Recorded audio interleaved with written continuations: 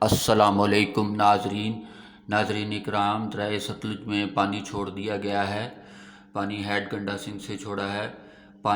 بھاول نگر میں جو ہے یہ پانی جو ہے تقریباً 2 بجے کے قریب جو ہے آج پہنچنے کی توقع ہے۔ ذرائع کے مطابق جو ہے پانی کی مقدار تقریباً 1.5 سے پونے 2 لاکھ کیوسک پانی بنتا ہے جو کہ آج 2 بجے کے بعد جو ہے جو ہیڈ سلیمان کی سے پاکستان میں داخل ہونا شروع ہو جائے گا۔ ناظرین اکرام، انتہائی افسوسناک خبر، ہیڈ گنڈا سنگھ سے دریا ستلج میں پانی چھوڑ دیا گیا ہے۔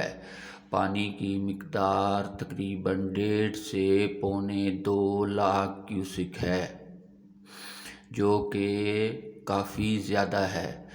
اس سے کافی جو ہے نقصان پہنچنے کا اندیشہ ہے۔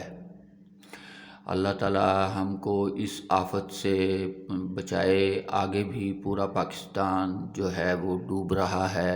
السلام علیکم۔